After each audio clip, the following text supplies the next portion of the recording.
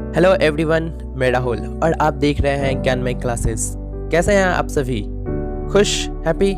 बस मैं यही आशा करता हूं कि आप सभी खुश रहें और देखते रहें Gyanmay classes. Welcome to Gyanmay classes. देखिए, अब हम लोग देख रहे हैं ह्यूमन रिसोर्सेज में क्या देख रहे हैं, पैटर्न ऑफ पॉपुलेशन चेंजेस, यानी पॉपुलेशन चेंज का पैटर्न क्या है।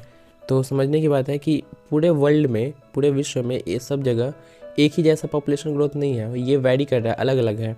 कहीं पे पॉपुलेशन ग्रोथ ज़्यादा हो रहा है, कहीं कम हो रहा है, कहीं पे लगभग वैसा ही है जैसे था पहले। Although the world's total population is rising rapidly, जबकि जो पूरे विश्व का पॉपुलेशन है वो राइजिंग कर रहा है, बढ़ रहा है। फिर भी कुछ कंट्री जो है जिनका पॉपुलेशन ग्रोथ बढ़ रहेगा, कुछ का घटेगा, फिक्स नहीं है, ये वैरी कर रहा है। ठीक है, एग्जाम्पल के तौर पे हम एक बात समझते हैं। मैंने आपको बताया भी था पिछले क्लास की वीडियो में, 1800 के आसपास में हमारा पॉपुलेशन जो था 1 बिलियन था। कितना था? 1 बिलियन। और 1804 के आसपास में, और 1959 तक ये पॉपुलेशन ग्रोथ बढ़ गया। कितना हो गया जी? ये हो गया था 1959 तक, ये 1 बिलियन से 3 बिलियन हो गया, यानी कि ये 3 गुना बढ़ गया, 3 टाइम्स। और वही 40 साल बाद 1999 तक ये पॉपुलेशन 6 बिलियन हो गया, यानी कि पॉपुलेशन ग्रोथ बहुत ही तेज़ी से बढ़ रहा है।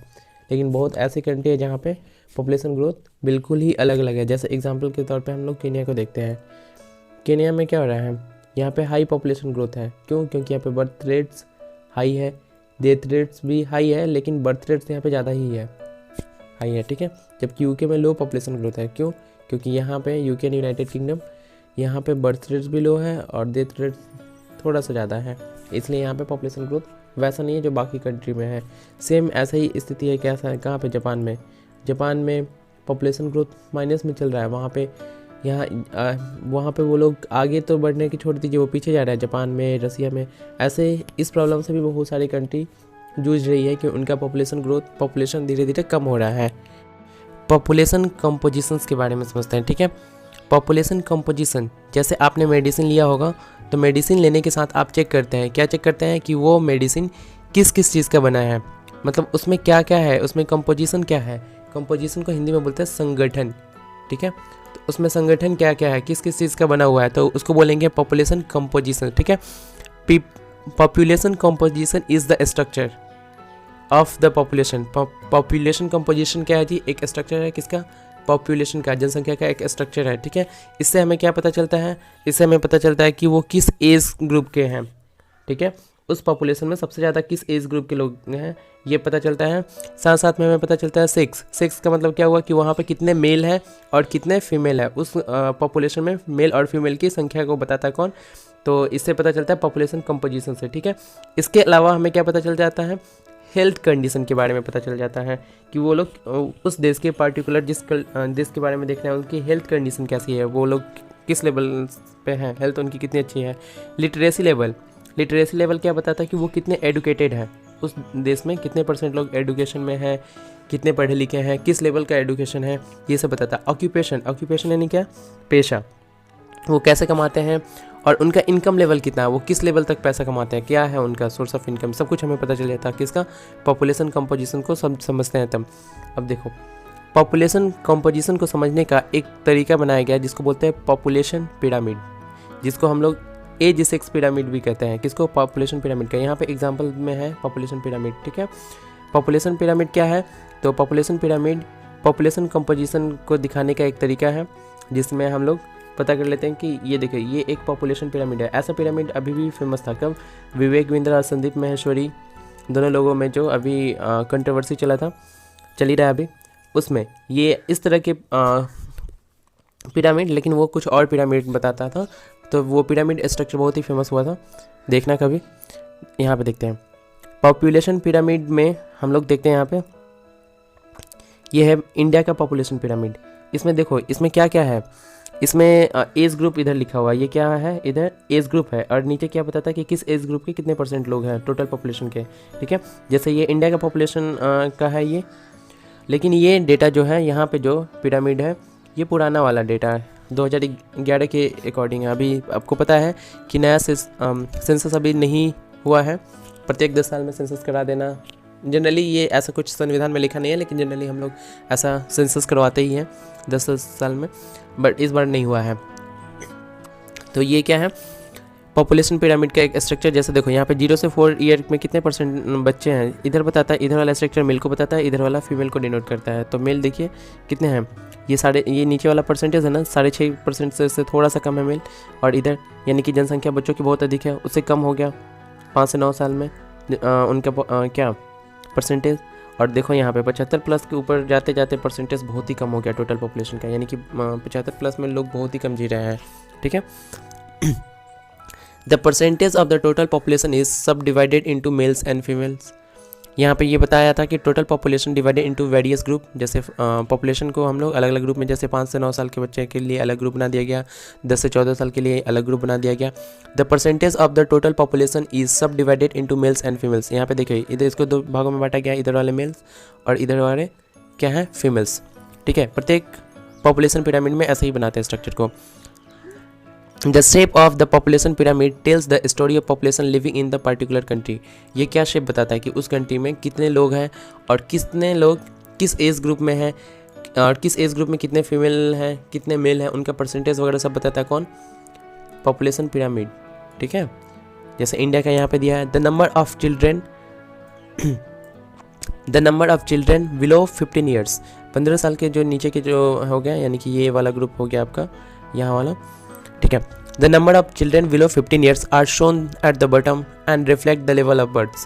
देखो ये नीचे जो बॉटम में जो है ये किसको शो करता है, ये चिल्ड्रेन को शो करता है।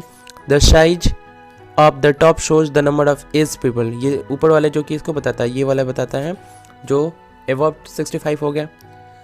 अबव 65 जो होता है वो क्या होते हैं, साथ में नंबर ऑफ डेट्स को भी दिखाता है। ठीक है, अब थोड़ा सा आगे समझते हैं इसी पिरामिड को और भी अच्छे से समझते हैं।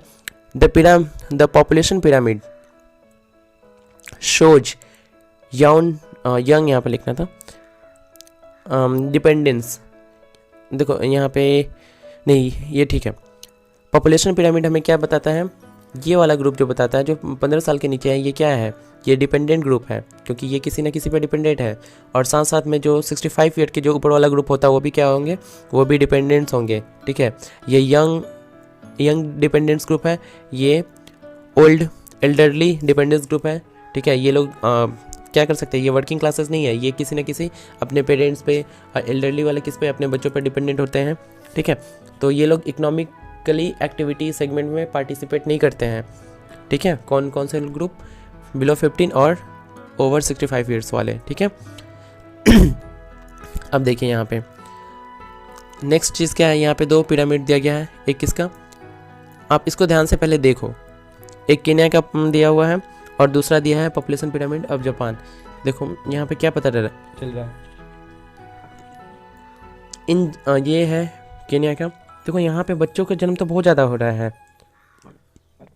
बच्चे बहुत हैं केन्या में, बट उनके बाद जो है उनका ऊपर जाने के बाद देखा जाए तो परसेंटेज कम होते जा रहा है ना। 75+ में भी बहुत कम लोग हैं।